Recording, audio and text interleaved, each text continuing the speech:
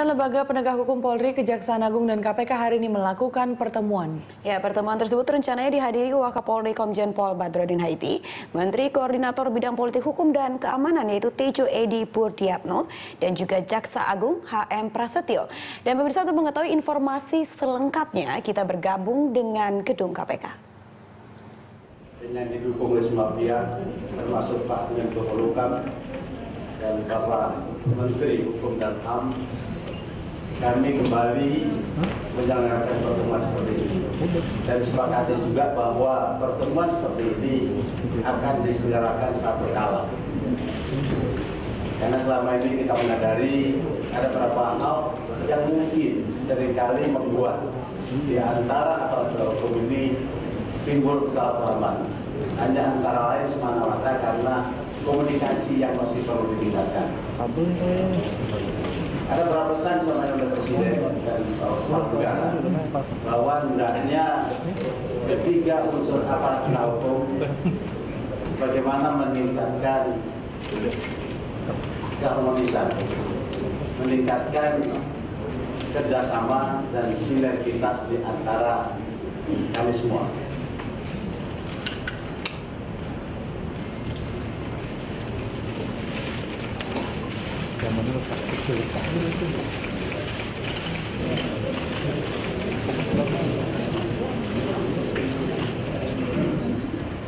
Nah, ini bagian pengantar saya.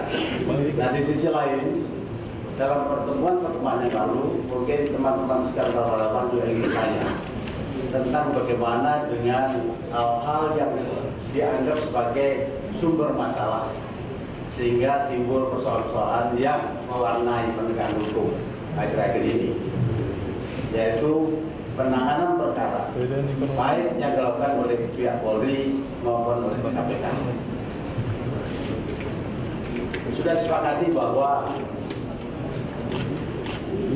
perkara-perkara itu nantinya akan kita proses sesuai dengan arahnya masing-masing.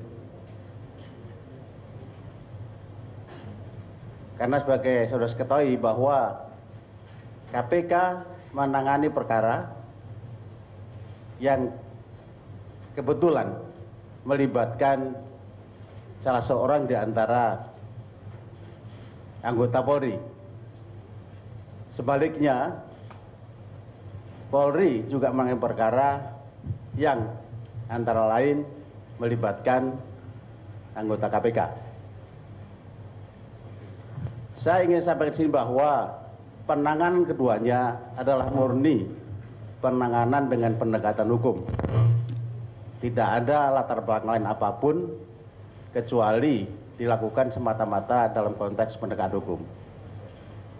Hanya saja penanganannya kemudian sesuai dengan dinamika hukum yang berlangsung dan kita hadapi, treatmentnya akan menjadi berbeda. Untuk perkara yang ditangani oleh KPK, karena sudah ada putusan dari hakim pra peradilan, di mana penetapan tersangkanya, saya sebutkan, Bapak atau Saudara Budi Gunawan, yang ditetapkan sebagai tersangka oleh KPK, dinyatakan tidak sah, karenanya tentunya penanganannya harus ditinjau ulang. Persoalannya adalah bahwa KPK sesuai Undang-Undang KPK nomor 30 tahun 2002 sebagai tidak mungkin untuk menghentikan perkara yang disidik oleh KPK sendiri. Karenanya sementara di sisi lain keputusan pengadilan sudah final dan mengikat dan tentunya harus dipatuhi dan dilaksanakan. Oleh karena itu tentunya memerlukan solusi pemecahan. Atas dasar kesepakatan dan hasil rapat kami bersama, karena KPK tidak mungkin menghentikan penyidikannya, KPK akan menyerahkan penanganan perkara Budi Gunawan kepada Kejaksaan Agung. KPK akan menyerahkan berkas-berkas hasil penyelidikan dan penyidikannya kepada Kejaksaan Agung. dengan disertai catatan oleh KPK bahwa nampaknya kepolisian pun sudah pernah menangani kasus yang sama.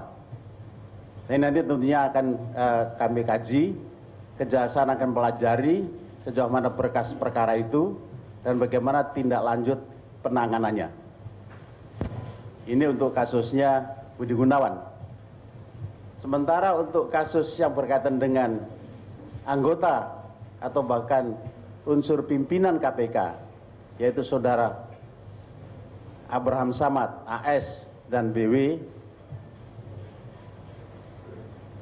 yang ditangani oleh penyidik Polri tentunya tidak sama penyelesaiannya dengan perkara BG.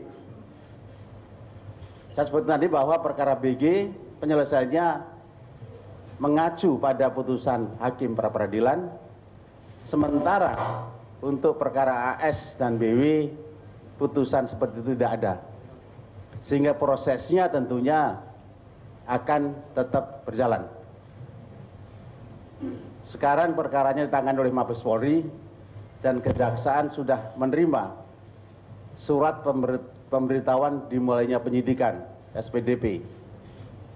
Jadi untuk berikutnya tentunya jaksa penuntut umum saat ini masih harus menunggu hasil penyidikan dari Mabes Polri dalam bentuk berkas perkara. Nah, nantinya berkas perkara hasil penyidikan dari Mabes Polri tentunya akan melalui proses pra penuntutan. Akan kami kaji, akan kami teliti dan pelajari sejauh mana kelengkapan formal dan material perkara itu sudah dipenuhi. Ini saya rasa yang dapat saya informasikan mengenai penanganan perkara-perkara yang ada. Dan kita berharap bahwa penanganan perkara ini nanti tentunya akan mengakhiri hal-hal yang seperti saya katakan tadi mewarnai hubungan fungsional dan institusional dari aparat penegak hukum yang ada selama ini.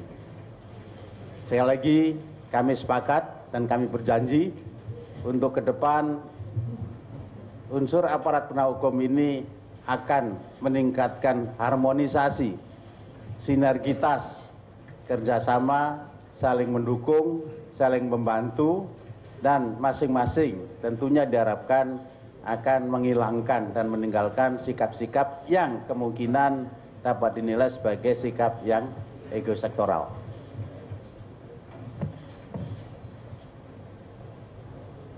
Itu kira-kira penjelasan dari kami. Mungkin ada yang mau bertanya atau memerlukan kejelasan. Sementara nanti tentunya akan kami salurkan sesuai dengan relevansinya.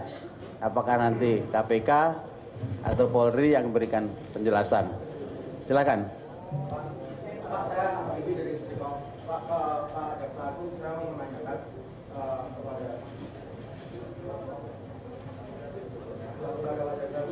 ini, Pak, ketika kasus ini sudah dilimpahkan, kasus objek lingkungan sudah dilimpahkan. Nah, Jaksa Agung Kejaksaan sekarang sedang giat-giatnya memberantas korupsi. Nah, untuk kasus Budi Gunawan ini ada jaminan tidak akan pernah di SP3. Artinya itu pasti akan sampai ke pengadilan. Kemudian untuk pihak KPK, Pak, saya mau menanyakan gini. Sebenarnya kan masih ada satu jalan hukum lain yang bisa ditempuh oleh KPK, yaitu PK.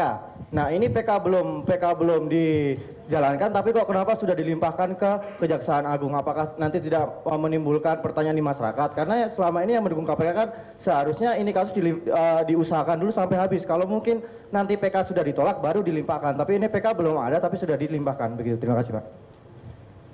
Baik, sekarang untuk satu persatu aja biar lebih fokus ya. Sebentar, nanti bergantian. Jadi pertanyaan pertama, saya harus berikan penjelasan bahwa sesuai dengan apa yang kami terima dari KPK melalui surat pengantarnya dinyatakan bahwa untuk perkara yang sama pihak Mabes Polri pun pernah melakukan penyelidikan. Nah, ini termasuk salah satu bahan kajian kami nanti, apakah perkara ini nanti akan tetap ditangani kejaksaan atau untuk supaya lebih efektifnya penanganannya diserahkan kepada Mabes Polri yang sudah pernah melakukan penyelidikan dalam kasus Komjen Budi Gunawan. Semata-mata tentunya ini adalah hanya karena efektivitas dan optimalisasi daripada penanganan perkaranya.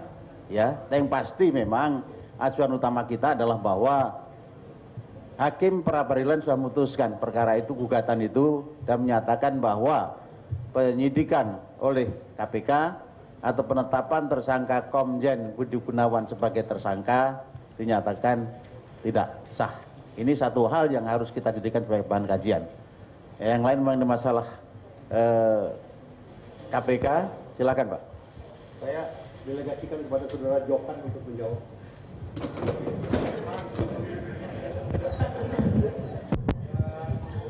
Ya, baik Pak Ketua KPK.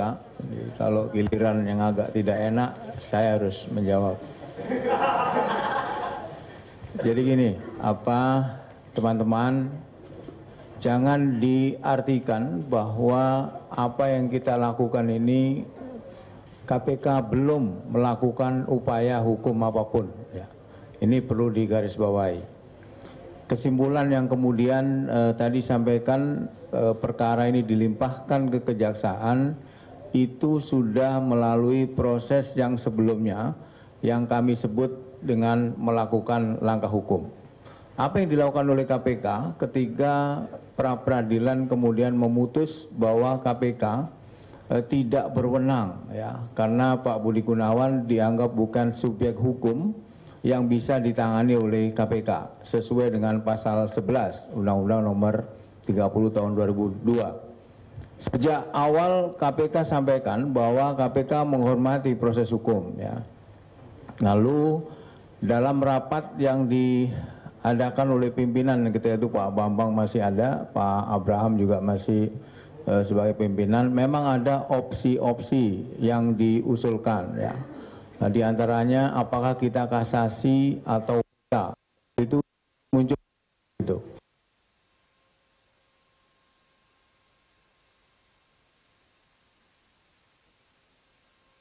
Pendapat dari pakar-pakar hukum juga, sehingga pilihan opsi kemudian mengerucut pada opsi kasasi waktu itu. Karena itu KPK memilih jalan kasasi. Memang benar bahwa ada opsi waktu itu yang muncul dua pilihan kasasi juga PK, tapi juga harus dihormati apa yang sudah diputuskan waktu itu, ya. Dan PK saya kira juga belum tentu, karena pendapatnya juga berbeda. Mungkin Prof. Indrianto bisa ikut membantu saya karena beliau kan lebih pakar hukum dibanding saya, ya. Yang kedua, KPK juga mengirim surat ke Mahkamah Agung, ya, setelah ada putusan pra-peradilan itu. Jadi sekali lagi jangan diartikan bahwa KPK menyerah begitu saja ketika putusan pra-peradilan diputuskan. Nah, kasasi kalau saya baca dari statement Humas di PN Selatan itu ditolak.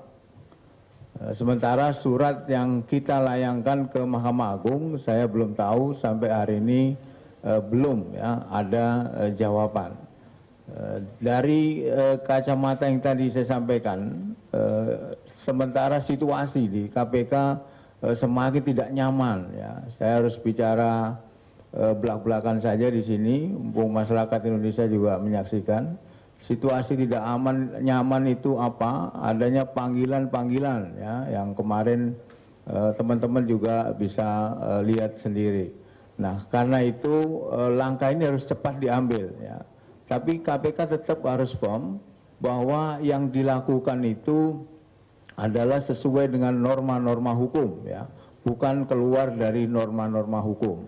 Jadi kesimpulan untuk melimpahkan perkara kepada kejaksaan itu juga melalui norma-norma hukum.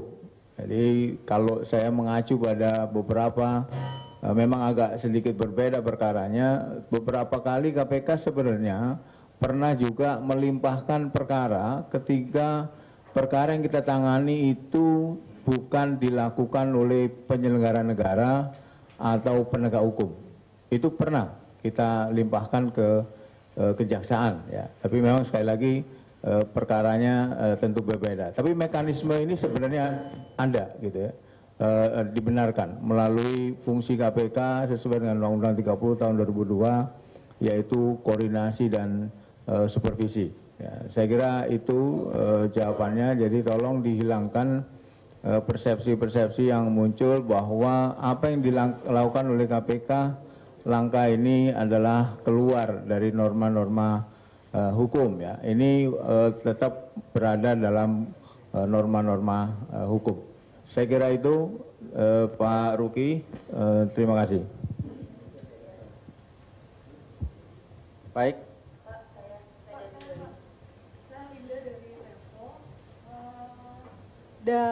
Dasar pelimpahan kasus ini ke kejaksaan adalah putusan Hakim Sarpin. Sementara dugaan pelanggaran kode etik Hakim Sarpin sedang diusut di KY dan MA juga sedang mengusutnya. Apakah ini tidak terlalu terburu-buru sementara KY dan MA belum mengeluarkan putusan soal adanya pelanggaran putusan Hakim Sarpin yang memang diakui putusan itu adalah kecelakaan hukum. Dengan adanya putusan Hakim Sarpin itu semua tersangka bersama-sama mengajukan pra-peradilan, gugatan pra-peradilan. Nah, apakah kalau semua nanti hakim-hakim lain juga mengabulkan gugatan pra-peradilan itu akan melimpahkan juga ke Kejaksaan Agung atau seperti apa? Yang kedua, jaminan SP3 tadi itu belum dijawab sama Pak Jaksa Agung. Kalau di satu sisi lagi, kalau imbas dari putusan Hakim Sarpin itu, Polri sedang mengusut kasus dugaan penyalahgunaan wewenang yang dilakukan oleh tim penyelidikan atau deputi penindakan yang menaikkan status dari penyelidikan ke penyidikan. Nah, apakah itu akan masih berlanjut atau ada nego-nego tertentu itu dihentikan dengan pelimpahan kasus ini? Terima kasih. Baik, langsung dijawab ya. Jadi tidak ada istilah terburu-buru di sini ya. Karena bagaimanapun Hakim pra-peradilan sudah menyatukan putusan di mana penetapan Komjen Budi Gunawan sebagai tersangka oleh KPK dinyatakan tidak sah karena bukan objek dari kasus yang ditangani KPK. Jadi katakanlah kalau kemudian ada pemeriksaan atau keterangan dari KY kepada hakim bersangkutan, tentunya kita tidak terpengaruh pada hal itu. Karena pada prinsipnya setiap perkara harus diselesaikan dengan cepat, sederhana, dan biayanya murah. Itulah kira-kira. Dan di sini tentunya kita melihat bahwa lebih cepat penyelesaian perkara ini akan lebih baik untuk semuanya. Terus kalian, mengenai SP3, tentunya kita juga tidak boleh terlalu buru-buru juga, kan? Persoalannya adalah bahwa saya belum melihat yang dinyatakan sebagai berkas-berkas yang diserahkan oleh KPK ke Kejaksaan nanti seperti apa kelengkapannya. Karena yang saya tahu, KPK pun belum sempat memeriksa semuanya, terlebih memeriksa Komjen Budi Gunawan yang pernah dinyatakan sebagai tersangka.